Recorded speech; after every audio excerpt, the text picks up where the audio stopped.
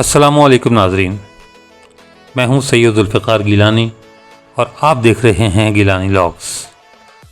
یہ اسلام آباد ہے، پاکستان کا دارالحکومت، 16 لاکھ سے زائد آبادی کا شہر، دنیا کی چند خوبصورت کیپٹلز میں سے ایک اور اپنے جڑواں شہر راولپنڈی کے ساتھ مل کر پاکستان کا سب سے بڑا میٹروپولیٹن ایریا۔ یہ 1960 میں آباد ہونا شروع ہوا اور 14 اگست 1967 کو آزادی کے ٹھیک 20 سال بعد اسے باضابطہ طور پر پاکستان کا دارالحکومت قرار دیا گیا۔ صدیوں سے یہ سرزمین آباد چلی آ رہی تھی، لیکن اسلام آباد بننے سے پہلے یہاں آباد کئی نسلیں پیوند زمیں ہو چکی تھیں۔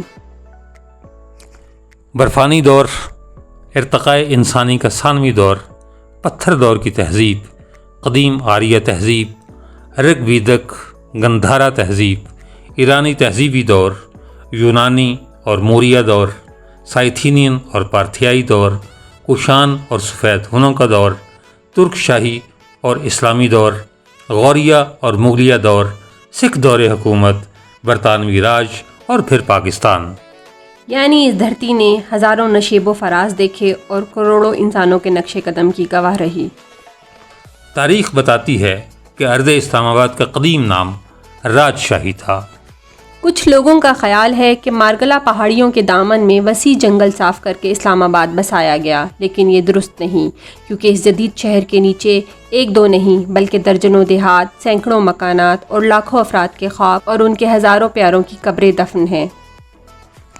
24 مئی 1960 کی ایک چمکتی دوپہر، صدر پاکستان فیلڈ مارشل محمد ایوب خان شکرپڑیاں کے مقام پر کابینہ اجلاس کی صدارت کرتے ہیں اور پاکستان کے نئے دارالحکومت کے قیام کی منظوری دی جاتی ہے۔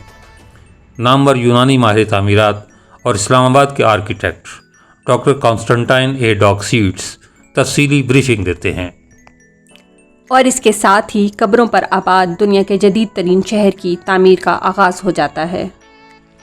کچھ تاریخ دانوں کے مطابق اسلام آباد کے نیچے 160 اور بعض کے مطابق 85 دیہات کے 50,000 سے 1 لاکھ مکینوں کی زندگی، یادیں، خواہشیں، حسرتیں اور ارمان دفن ہیں۔ اسلام آباد کی تعمیر کے ابتدائی مراحل میں وفاقی ترقیاتی ادارے CDA نے 85 دیہات کی 45,000 ایکڑ زمین حاصل کی۔ متاثرین میں 16 کروڑ روپے تقسیم کیے گئے، جبکہ انہیں ملتان، ساہیوال، پہاڑی، جھنگ اور سندھ کے گدو بیراج میں کاشت کے لیے 90,000 ایکڑ زمین بھی الاٹ کی گئی، جس کے لیے 36,000 پرمٹ جاری کیے گئے۔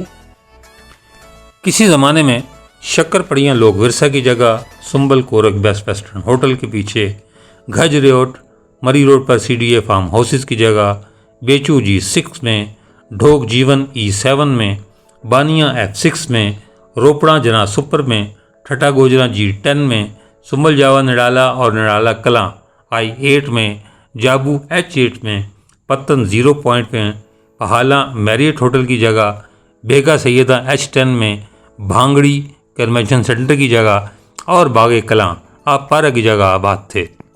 اسی طرح راول ڈیم کی جگہ راول، پھگڑیل، شکرا، کماگری، کھڑپن اور مچھریالہ نامی گاؤں بستے تھے۔ فیصل مسجد کی جگہ ٹمبا اور اس کے پیچھے پہاڑی پر کلنجر نام کی بستی تھی۔ شہر کی تعمیر کے دوران مارگلا کے دامن میں واقع سید پور، نورپور شاہ، شکرپڑیاں، ملپور، بارہ کہو، گولڑا شریف، سری سرال، باغ بٹاں، ملکہ ہانس، بھیگا سیدہ، کٹاریاں، گیدر کوٹھا، شاہ اللہ دتہ اور شادرہ کو اسلام آباد کا دیہی علاقہ قرار دے کر ان کی اصلی شکل کو برقرار رکھا گیا ہے۔ سید پور اور شاہ اللہ دتہ قدیم ترین دیہات ہیں۔ سید پور کا پرانا نام فتح پور بابلی تھا۔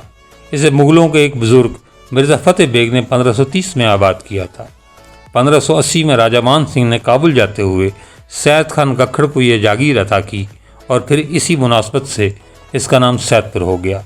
1849 میں انگریزوں نے یہاں سکھوں کو شکست دے کر راول پنڈی پر اپنے قبضے کی بنیاد رکھی تھی۔ یہاں ہندوؤں کے مشہور استھان رام کنڈ، لچھمن کنڈ اور مندر واقع تھے، جن کے آثار اب بھی موجود ہیں۔ سید پور سے منسلک قدیمی آبادیوں میں چک، بیچو، میرا، ٹمبا، بڑ، جنڈالا، ہیلا شامل تھے۔ چک اور بیچو موجودہ G63 اور G64 اور موجودہ F6 مرکز کا ایریا ہے۔ میرا ٹمبا میں پاکستان کی سب سے بڑی مسجد فیصل مسجد قائم ہے،